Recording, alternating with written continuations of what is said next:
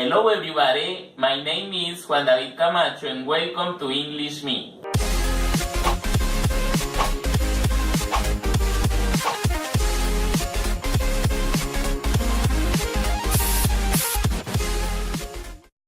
On this video, we'll learn the use of the simple past.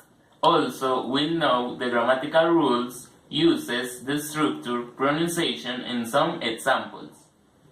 En el video del día de hoy aprenderemos el uso del pasado simple, también conoceremos las reglas gramaticales, sus usos, la estructura, la pronunciación y algunos ejemplos. El pasado simple o simple past se utiliza para hablar de una acción que comenzó y terminó en el pasado. El tiempo en el que se sitúa la acción puede ser un pasado cercano o uno lejano. Además, en el pasado simple hay verbos regulares e irregulares. Los verbos regulares son aquellos que siguen un mismo patrón de conjugación y simplemente se les añade ed al final del verbo. Los irregulares no siguen un mismo modo de conjugación, por ende la estructura del verbo es distinta en el pasado. The grammatical rules o reglas gramaticales en el pasado simple o simple past se forman de la siguiente manera. Para formar el pasado simple con verbos regulares, añadimos la terminación ed. Por ejemplo, el verbo play, que significa jugar. Al ser regular, simplemente añadimos ed al final del verbo y queda de la siguiente manera: played. Para los verbos que terminan en e, solo debemos añadir la d. Por ejemplo, el verbo dance, que significa bailar. Como este verbo termina en una e, solo debemos añadir la d y queda así: danced. Cuando el verbo termina en una vocal corta y una consonante, excepto la y y la w, doblamos la última consonante. Por ejemplo, el verbo stop, que significa parar. Al terminar en una vocal corta y una consonante, se duplica la consonante y queda de la siguiente manera: stopped. Con los verbos que terminan en una consonante y una y, se cambia la y por la i latina.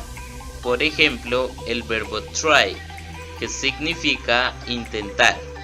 Como termina en consonante y en y, la y se cambia por la i latina y queda de la siguiente manera: tried. A continuación les mostraré algunos usos del pasado simple. Se usa el pasado simple para una serie de acciones en el pasado. Por ejemplo, I received a good news. También lo usamos para acciones repetidas o habituales en el pasado. Por ejemplo, we always walk 10 minutes to the school. También lo usamos para hablar de generalidades o hechos del pasado. Por ejemplo, the Aztec lived in Mexico. The structure o la estructura del pasado simple está dividida en tres: oraciones afirmativas, negativas e interrogativas. Para formar las oraciones afirmativas en el pasado simple, debemos conocer si el verbo es regular o irregular.